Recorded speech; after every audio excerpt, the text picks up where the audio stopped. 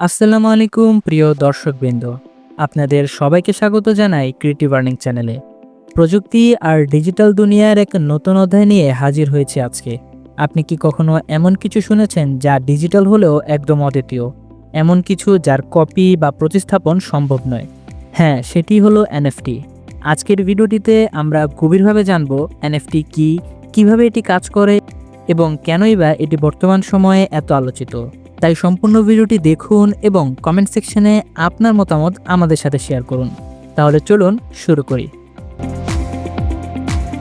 এনএফটির পুনরূপ হলো নন ফাঞ্জেবল টোকেন। এখানে নন ফাঞ্জেবল মানে হলো যা অদলবদলযোগ্য, অর্থাৎ এটি এমন কিছু যা অন্য কিছুর সাথে সরাসরি বদল করা যায় না।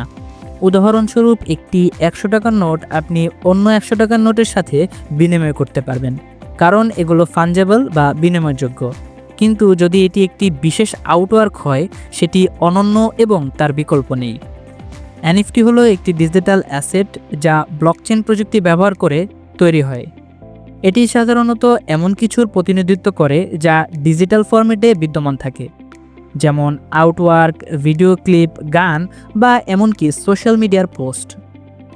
এনএফটির মূল বৈশিষ্ট্য হলো এটি ডিজিটাল জগতের কোনো একটি সম্পদের মালিকানা নিশ্চিত করে। অর্থাৎ কেউ যদি একটি এনএফটি কিনে, তাহলে সে নিশ্চিত হতে পারে যে সেই নির্দিষ্ট ডিজিটাল অ্যাসেটটি তার মালিকানায় রয়েছে এবং এটি এককভাবে তার। এটি একটি অদ্বিতীয় টোকেন যা ব্লকচেন প্রযুক্তির মাধ্যমে সুরক্ষিত থাকে। এনএফটি কিভাবে কাজ করে তা বোঝার জন্য আপনাকে ব্লকচেন সম্পর্কে কিছুটা হলেও ধারণা থাকা প্রয়োজন।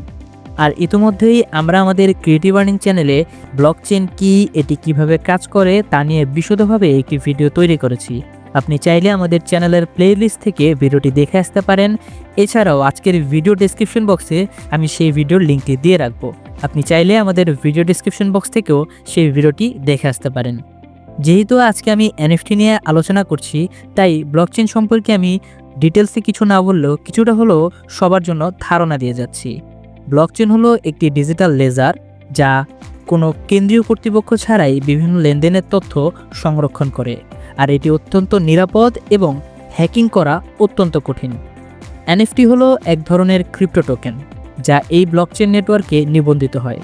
প্রতিটি এনএফটি টোকেন একটি নির্দিষ্ট ডিজিটাল অ্যাসেটের সাথে যুক্ত থাকে এবং এটি সেই অ্যাসেটের মালিকানা প্রমাণ করে। যখন কেউ একটি এনএফটি কেনে, তখন ব্লকচেনে সেই লেনদেনের রেকর্ড করা হয়। এর ফলে এই অ্যাসেটের মালিকানা এবং এর সমস্ত পূর্বের মালিকানা ইতিহাস ট্র্যাক করা সম্ভব হয়। ব্লকচেনের মাধ্যমে এই মালিকানা এবং সম্পত্তির ইতিহাস স্বচ্ছ এবং নিরাপদভাবে সংরক্ষিত হয়।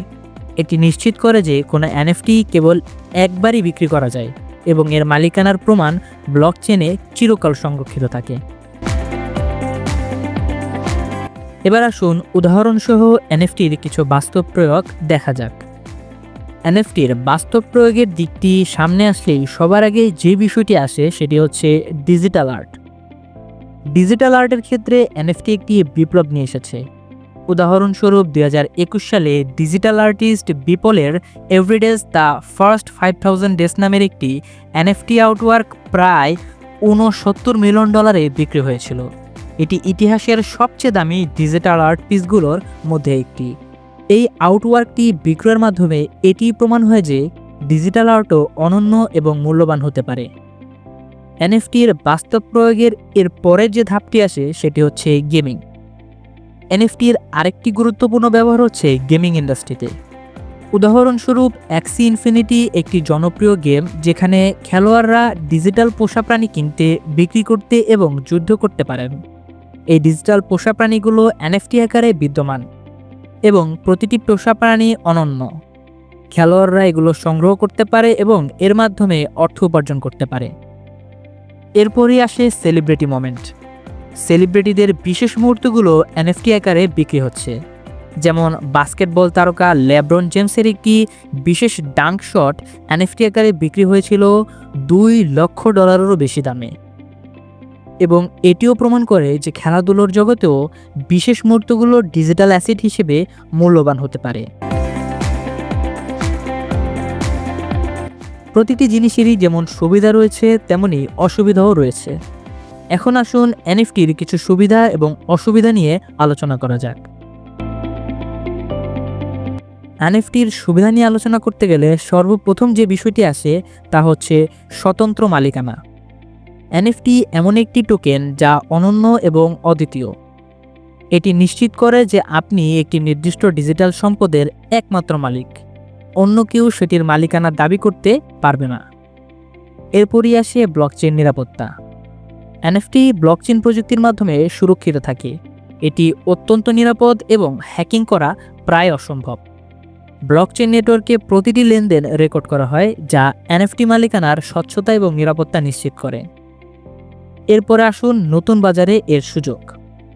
এনএফটি নতুন শিল্পীদের জন্য একটি দারুণ সুযোগ তৈরি করেছে। শিল্পীরা তাদের ডিজিটাল কাজকে এনএফটি আকারে বিক্রি করে সরাসরি তাদের দর্শকদের কাছে পৌঁছাতে পারেন। এক্ষেত্রে মধ্যস্থকারীরও প্রয়োজন হয় না। এবার আসুন এনএফটির কিছু অসুবিধা দেখে নেওয়া যাক। অসুবিধার দিকটি আসলে সর্বপ্রথম যে বিষয়টি আসে তা হলো মূল্যায়নের অনিশ্চয়তা। এনএফটির মূল্য নির্ধারণ করা কঠিন। এটি অনেকটাই বাজারের চাহিদার উপরে নির্ভরশীল করে। কখনো কখনো একটি এনএফটির মূল্য অত্যাধিক বৃদ্ধি পায়, আবার কখনো এর দাম হ্রাস পেতে পারে। অর্থাৎ এনএফটির মূল্য অনেকটাই কোনো নিউজ অথবা সেই এনএফটির ইউটিলিটির উপরে নির্ভরশীল। দ্বিতীয়ত আসে পরিবেশগত প্রভাব। এনএফটি তৈরিতে প্রচুর বিদ্যুৎ ব্যবহৃত হয়, বিশেষ করে এটি যদি প্রুফ অফ ওয়ার্ক ভিত্তিক ব্লকচেন তৈরি হয়। এটি পরিবেশের ওপর নেতিবাচক প্রভাব ফেলতে পারে এবং কার্বন নিঃসরণ বাড়াতে পারে। তৃতীয়ত জালিয়াতির ঝুঁকি। যদিও ব্লকচেন নিরাপদ, তবে এনএফটি মার্কেটে জালিয়াতির ঘটনা এর আগেও ঘটেছে। কিছু ক্ষেত্রে দেখা গেছে কেউ অন্যের কাজ কপি করে এনএফটি আকারে বিক্রি করছে। হ্যাঁ, এনএফটির ভবিষ্যৎ নিয়ে অনেক আলোচনা রয়েছে। বিশেষজ্ঞরা মনে করেন এনএফটি আগামীতে আরও বড় পরিসরে ব্যবহৃত হবে। ডিজিটাল আর্ট এবং বিনোদনের বাইরে এনএফটি রিয়েল এস্টেট, শিক্ষা এবং স্বাস্থ্যসেবাতেও ব্যবহৃত হতে পারে। তবে এর পাশাপাশি এটি নিয়ে ঝুঁকির কথাও অস্বীকার করা যায় না। কিছু বিশেষজ্ঞ মনে করেন এনএফটি বাজারে অত্যাধিক ফলাভাব রয়েছে এবং এটি সময়ের সাথে ধ্বংসও হতে পারে। অন্যদিকে কিছু বিশেষজ্ঞের মতামত যে এনএফটি দীর্ঘমেয়াদে টিকে থাকবে এবং এটি ডিজিটাল মালিকানার নতুন মান তৈরি করবে। হ্যাঁ, আজ আমরা এনএফটি সম্পর্কে বিস্তারিতভাবে আলোচনা করলাম। এনএফটি কি, এটি কিভাবে কাজ করে এবং এর সুবিধা ও অসুবিধা সবকিছুই আশা রাখি আমরা আজকের ভিডিও থেকে জানতে পারলাম। আশা করি ভিডিওটি আপনাদের সবার ভালো লেগেছে। আর এমন তথ্যপূর্ণ ভিডিও পেতে আমাদের চ্যানেলে সাবস্ক্রাইব করতে ভুলবেন না। আজকের মতো এখানেই শেষ করছি। আবারও দেখা হবে পরবর্তী ভিডিওতে। Stay safe, stay tune. Allah হাফেজ।